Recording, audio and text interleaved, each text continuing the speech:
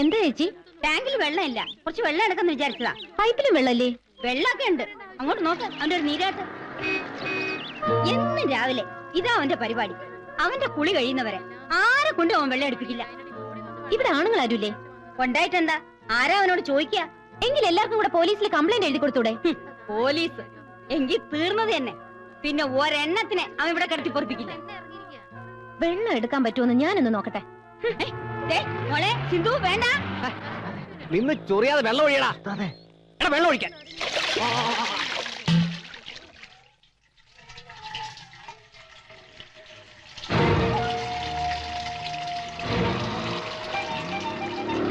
ആരാടി വെള്ളം എടുക്കാൻ പറഞ്ഞേ? ചോദിച്ച കേട്ടില്ലേ?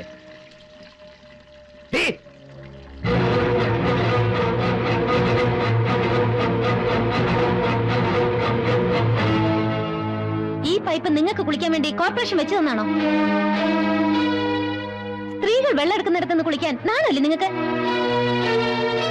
നാട്ടുകാർക്ക് കുടിക്കാനുള്ള വെള്ളം ഇത്, അല്ലാതെ കണ്ടവർക്ക് വന്നിരുന്ന് കുളിക്കാനുള്ളതല്ല. നിങ്ങളൊക്കെ ആരെ പേടിച്ചോണ്ടാ നിൽക്കുന്നത്? വന്ന് വേഗം വെള്ളം എടുത്തോണ്ട് പോ.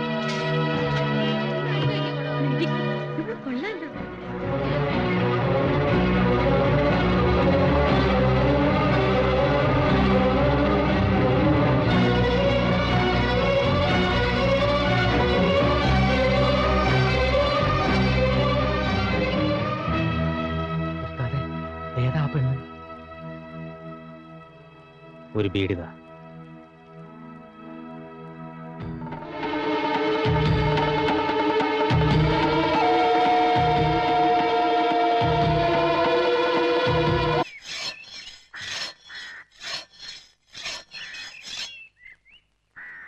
ഉസ്താദ് എന്താ ആലോചിക്കണേ?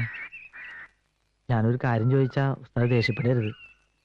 എനിക്ക് കുറച്ച് പൈസക്ക് ആവശ്യമുണ്ടായിരുന്നു. എന്തിനാ? നിനക്ക് കെട്ടിയോളം മക്കളുണ്ടോ അട്ടപ്പാടിയില്? അമ്മയ്ക്ക് നല്ല സുഖമില്ലാന്ന് പറഞ്ഞ് നാട്ടിൽ നിന്ന് കത്തുണ്ടായിരുന്നു. നമുക്ക് എന്തെങ്കിലും വഴി ഉണ്ടാക്കാം.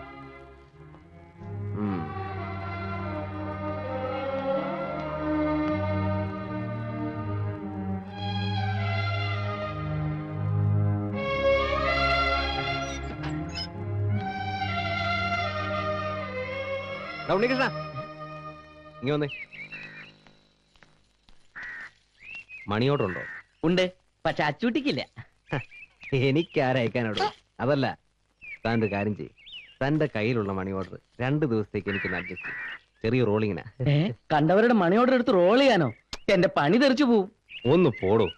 എറണാകുളത്തും തിരുവനന്തപുരത്തേക്ക് ഒരു കത്തയച്ചാ കിട്ടുന്ന 4 മാസം കൊണ്ടാ. എന്നിട്ടാ മണി ഓർഡർ. എടോ, ഈ മണി ഓർഡർ കിട്ടാനുള്ളവർക്കറിയോ ഇന്നവരുടെ കാശത്തുവന്ന്? താൻ ഒന്നുകൊണ്ടും പേടിക്കണ്ട. 2 ദിവസം കഴിഞ്ഞ് പലിശ അടക്കം തിരിച്ചു തരാം. നടക്കില്ല. വേറെ എന്ത് സഹായം വേണമെങ്കിലും ഞാൻ ചെയ്തു തരാം. എന്നാ ഒരു കാര്യം ചെയ്യും, നിന്റെ പെങ്ങളെ ഇവന് കെട്ടിച്ചോടോ. മര്യാദക്ക് ചോദിച്ചിട്ട് തന്നില്ലെങ്കിൽ എനിക്ക് ബലം പ്രയോഗിക്കേണ്ടി വരും. ഇല്ല, എന്നെ കൊന്നാലും ഞാൻ ഈ പൈസ തരില്ല.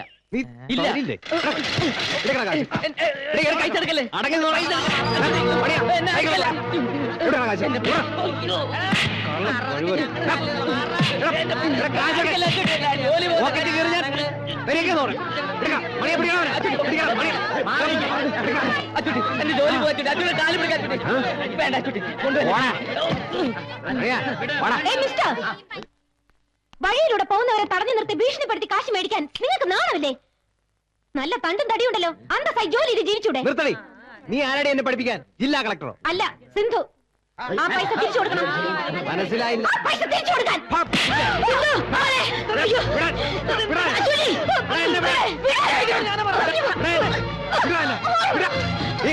മര്യാദയ്ക്കൂടെ കഴിഞ്ഞോണല്ലേ കൊന്നുകളെ ഞാൻ. വിടവെന്നെ. ഇതൊക്കെന്നെ മനസ്സിലായിട്ടേ പുല്ലേ അല്ലേ? ഞാൻ തിരിച്ചു വരുമ്പോ ഇവളിവിടെ കണ്ടുപോയാണ്ടല്ലോ, നിങ്ങളെ ഞാൻ കെട്ടുകെട്ടിക്കും. പറഞ്ഞില്ലെന്ന് വേണ്ട. വിടാ, വാടാ.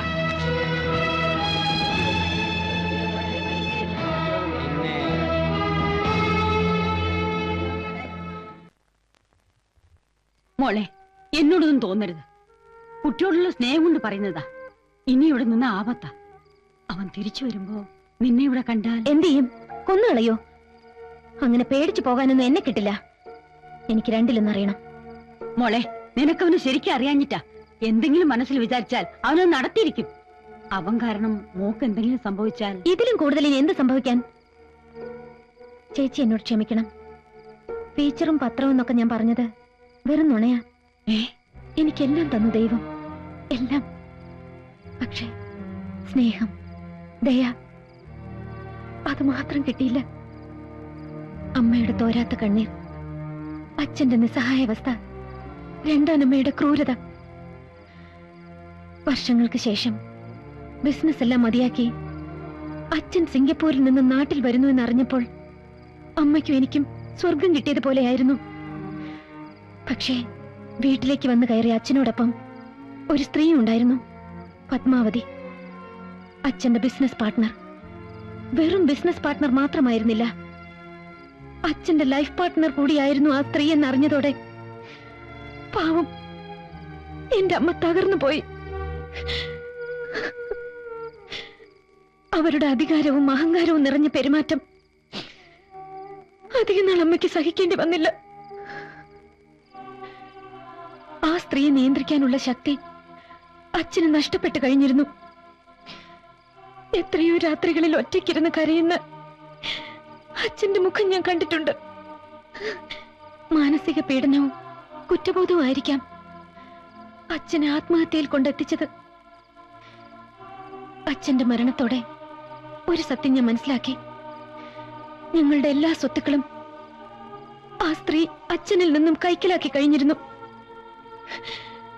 എല്ലാം ഉണ്ടായിട്ടും ഒന്നുമില്ലാത്തവളായി ആ സ്ത്രീയുടെ അവഗണനയും പുച്ഛവും സഹിച്ച് ഒരു അനാഥയെ പോലെ എനിക്ക് അവിടെ കഴിയേണ്ടി വന്നു. സ്വസ്ഥത അതെന്നും എന്റെ ജീവിതത്തിൽ നഷ്ടപ്പെട്ടു കഴിഞ്ഞിരുന്നു.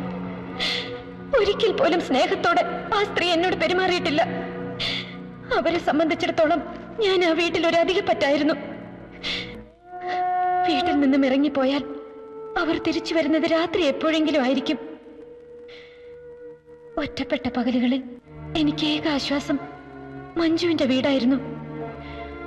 നഷ്ടപ്പെട്ടു പോയ സ്നേഹവും വാത്സല്യവും എനിക്ക് അവിടെ നിന്നും കിട്ടി. അല്ലെങ്കിലും മമ്മിയും ഡാഡി ഇങ്ങനെയോ ഒന്നിനും സമ്മതിക്കില്ല.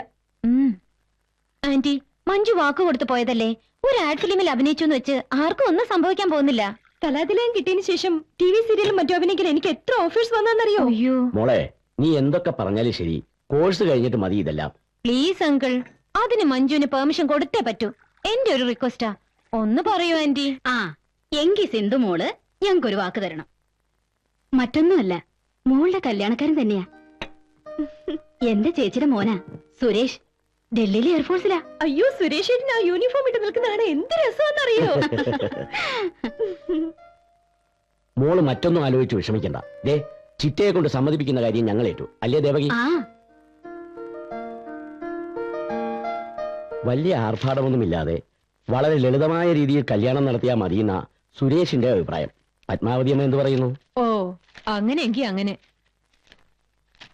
ദേവകി, സിന്ധുവിനോട് ചായ കൊണ്ടുവരാൻ പറയ്. സിന്ധു,